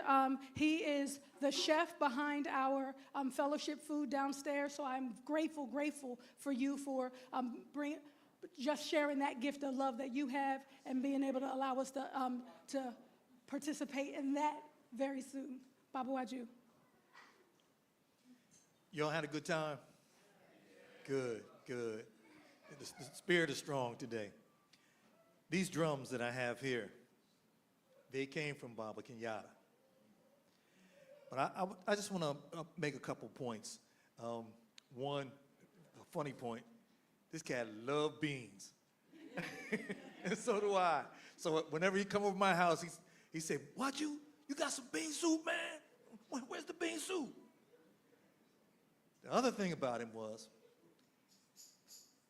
his gift to be able to take pictures the way he did. I mean, he had glasses as thick as the bottom of Coke bottles. He did. He did. But he could capture some pictures and surprise you with them. Just pop up. How'd you get? He was a hell of a photographer, I'm telling you. I miss him. The last time I saw him was, I picked him up from your house, and we went, he and my wife and my granddaughter, we went up to Old Dunday. We had a ball. And I also want to thank him for all the people that he's introduced me to, including you, Baba Paul. But he knew how much I love to make Shaker Rays. And let me tell you, he has connected me with a whole lot of people who have wanted Shaker Rays. Down in North Carolina, over in Kentucky, down in Alabama, you name it, he's hooked them up, and he's always telling me, "Why'd you got to keep making them Shaker Rays, man. You got to give, you got to give." And I love making Shaker Rays, and part of it is because he encouraged me to do so, and I thank him. I thank him so much.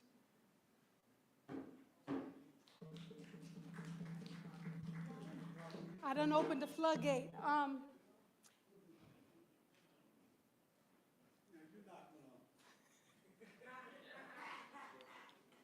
Give it up for one Baba Dogito Ie. That's me. Give it up for one Baba Dogito Ie. That's me. All right. I would. I'm respecting my elders. I hear Baba's in my ear. So yay, Baba. Then I'm going to turn it over to Mama Kim to end our celebration up here. And I promise we will open up the floor for all additional remarks and stories and memories and reminiscing downstairs.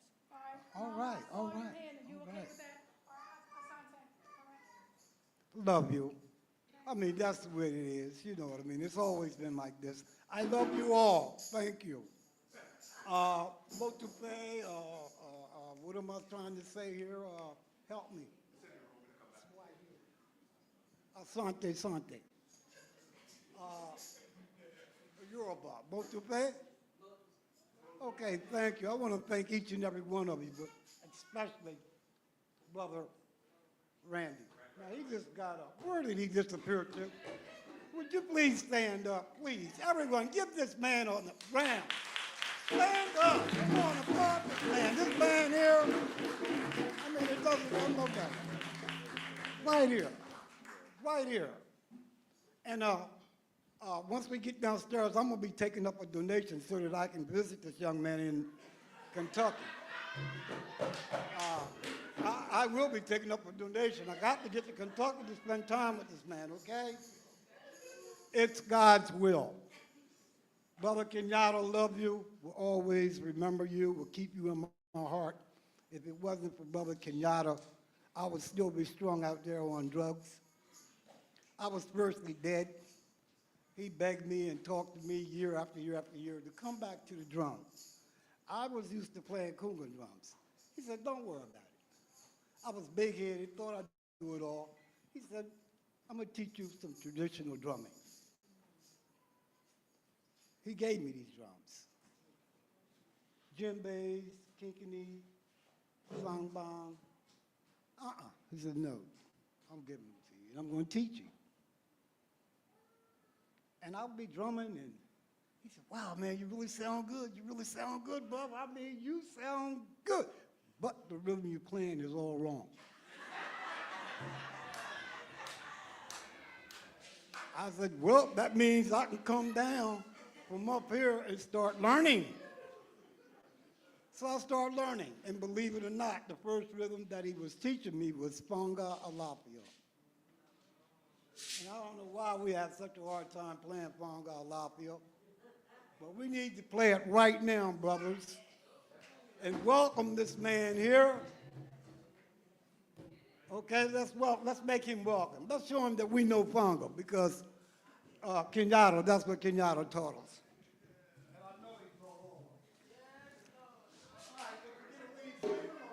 So we're going to play a quick 32 count. Yeah, I am. Quick. Bring it in. No, I'm not. I'm not singing.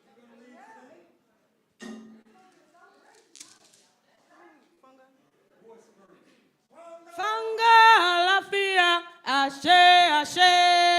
Fanga lafia, ashe, ashe. Fanga lafia, ashe, ashe. Fanga lafia, ashe, ashe. Ashe, ashe.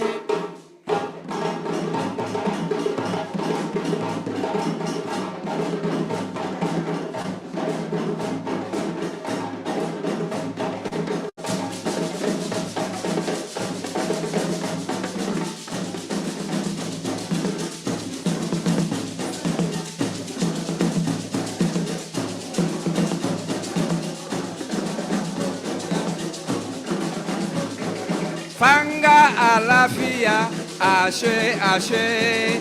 Fanga alafia, ashe, ashe. Come on.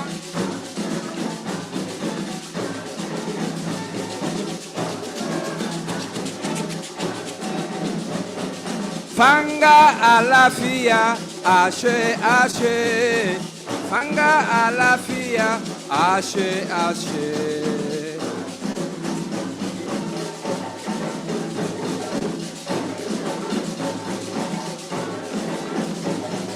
Fanga alafia, ashe, ashe. Fanga alafia, ashe, ashe.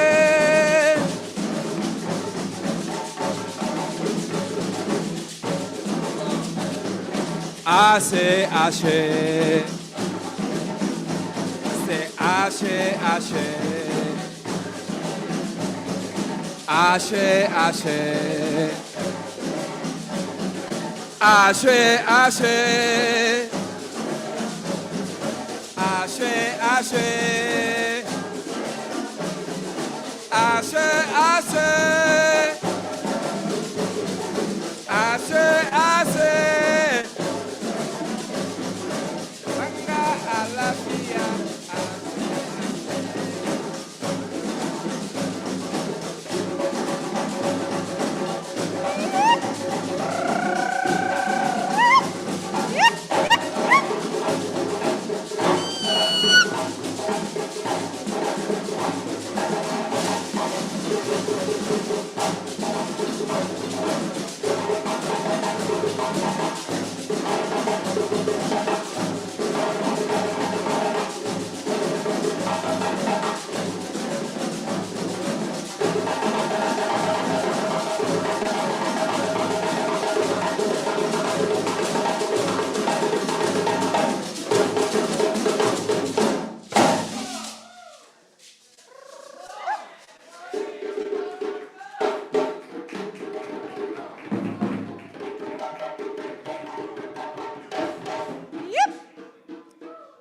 We would like to close out tonight's celebration with one of the sisters that Baba started this journey with. So way back in the day when Griots Wild Moja was the group, the original, the root,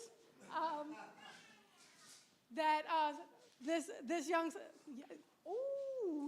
lady, I'm speaking it, I was a part of that group and has been a storyteller, a poet, a historian, an educator of educators. So Miss Kim has been an amazing elder, mentor, and friend to Baba. He has always spoken so highly of your stories, of your vocabulary, of your lyricism. He's always talked. And this sister is probably the female component of color lover, as Baba is. So we're just so grateful to have this colorful sister with us to end out today's program. So this last story will be Mama Kim Olawafunke Graham. Yep.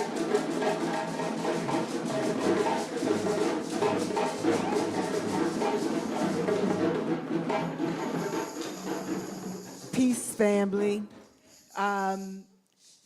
I was a young girl. I was in my early 20s, and I had gone to visit Hanif and Hanifa's bookstore. And we were talking, they were giving me some information, and they had this bright idea that I should meet Baba Kamal, and that we should get together and start performing together. So I had an opportunity to meet Baba Kamal, James Green, Kenyatta Henry, and Nzinga Debrick, and we formed Griots Wa Umoja, Folklores of Unity. And it's funny that you called me the colorful sister. I couldn't figure out where it was, but Baba gave me an African outfit, and it was lime and orange. And I loved it. And so I was like, well, I'll at least wear the lime and put it with the purple. And one day when I was telling a story at the African festival that Hanif and Hanifa put on, I actually met two Yoruba priests, and they said, what is your name? And I said, my name is Kim. And they said, are you Chinese? I said, no, sirs. And they said, your name is Olawafunke, one the Creator has sent to protect. And from that time, Baba would always call me Olawa. He would put that extra drag on that name. So I'm going to share a story. It's called The Lion and the Hyena. And what is also special about that story is this story is one of Baba Jamal Khorram's stories. And so I met Baba Jamal, a master storyteller, through Baba Kenyatta. So this is my opportunity to honor both of them as they are a part of the ancestral realm. Once upon a time in a village a long time ago, there was a little lion cub. He would been out in the forest playing and having a marvelous time. But while he was out there playing in that forest, he got lost. And before he knew it, the sun had set and the moon had rose. And he looked around and he could no longer find his family, and he found himself lost. And just about that time, a hyena started looking him up and down and figured that he would be his dinner tonight. But right before he reached out to devour that lion cub, he said, should I eat just for this evening, or should I think into the future? I will take this lion cub home, and I will make this lion cub go out every day and hunt for me. And that is what he did. He took that lion cub home, and every day he sent that lion cub out to hunt for him. And every time the hyena tried to change his mind, the lion cub still held on to who he knew he was. But he didn't understand. Why was he being treated the way that he was treated? And every time he asked the question, he was punished. He was whipped. He was scorned. Pretty soon, he stopped asking. But one day, while he was coming home carrying that food upon his shoulder, he stopped right outside of the hyena's home, and he heard Miss Hyena said, baby, don't you think you ought to feed that lion cub something other than all them scraps? He is a lion, don't you know? The lion heard a terrible laugh. The hyena said, he don't even know he is a lion. He stopped and he thought to himself, what is this thing called a lion? What is this thing that I am lacking the knowledge of that he does not want me to know about? And he made up his mind on that day that he was going to journey back through the forest. See, the hyena had told him to never go back through that forest, that evil, horrible things would happen to him if he took that journey. But he decided on that day he needed to take it. And as he was just about to step into the forest, he stopped. See, sometimes it's easier to stay in situations that are uncomfortable to us because they are familiar to us. But he decided on that day to press forward. And as he walked into that forest, he started to feel a freedom come over him. And he kept on journeying deeper and deeper into the woods. And as he journeyed into the woods, he saw this animal come running towards him, strong, full of hair. He should have been afraid, but he wasn't. And he stopped in front of him. He said, come with me, my brother. And he went. They traveled farther into the woods. They ran as fast as they could, up the mountains, down through the trees, but they were hot and they were thirsty. So they stopped at a river to take a drink, and they bowed their heads. And when they took the drink and the lion cub lifted his head, he saw his reflection. Are you a lion? What is this? What? Tell me, what is a lion? He said, let us finish the journey. And they traveled all the way back to the pride of the lions. And he heard a story about this lion cub that had got lost on his way and how his family had never stopped searching for him. And then he learned of his legacy. He learned that he was meant to sit on the throne, that he was meant to rule and abide as a king. And when he realized that he was royalty and that he had in fact been mistreated and torn apart by that hyena, he was ready to go back to that village and tear that hyena from limb to limb. He started running back towards the forest, but an older Why the lion stopped him. And he said, the only power the hyena had over you is when you did not know who you were. The only power the hyena has ever had over you is when you did not know who you were. Should you use your energy to go back and destroy, or should you use it to rise up and take your rightful place? Because in the end, hyenas shall go in the direction that they shall go, and lions shall do the same. Until this day, that lion cub seeks others lost on their way so that he may be able to guide them home. Baba Kenyatta suffered an injury young in his life, and he could have forgot who he was. As Mama Chioma said, he was led to the drum. The drum called out to him, and he has been a drum major, beating messages of life into our lives for years upon years upon years. If there is no other message that we need to hear today, is know who you are. Seek who you are. Live who you are. Exude who you are.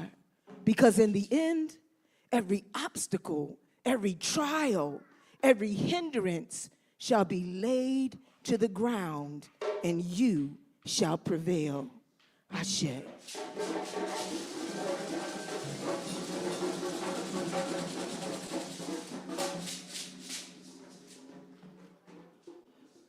So again, we want to thank everyone, Mama Olawafunke. Thank you very much for the story, for everyone that has participated formally and informally, just being here as family, as a part of the village. We're grateful for your presence. Baba is here in spirit, and I believe that he feels that we are also here honoring him. Very, very grateful to have him in our lives and for us to celebrate him today. Baba, if you don't mind, I ask Baba to come and bless our food so that we can fellowship. There are photo albums of Baba talking about being an amazing photographer. There are photo albums that you would have a moment to just kind of breeze through. Please take, I want to thank his sister for, and her daughter, where'd she go? She went downstairs to kind of get set up. They have been amazing in preparing our space for us. Just really grateful for everyone that participated. Ms. Francie from the live stream, so you had a presence. We wanted to be able to participate online, so we're just grateful for all family in Kentucky. All the photos and the slideshow, everything that was able to be shared with us, so that we can continue in the continuity of our family has been awesome and amazing. Thank the elders again, and now I ask the elders to bless the rest of our evening. Okay, thank you. I'm here today to honor my dear friend from the 5th grade. But that's another story, and maybe I can tell that downstairs. But I'm here today to bless the food. We're gathered here today to be thankful for the harvest, to be thankful for what Mother Ile has provided for us. We're thankful and grateful that we have those who still remember even how to cook. We are thankful for the nourishment that we will receive. The Almighty Creator, all the Orishas, our ancestors, and everyone who is here today, that we love one another, that we appreciate each other, that we appreciate what we do for each other, and be thankful and be grateful. Ashe. For those that don't know, there's an elevator in the back of the building if you'd like to take the elevator down to the first floor, or the long steps down the front can also take you to the first floor. And food fellowship is set up in our dance studios downstairs.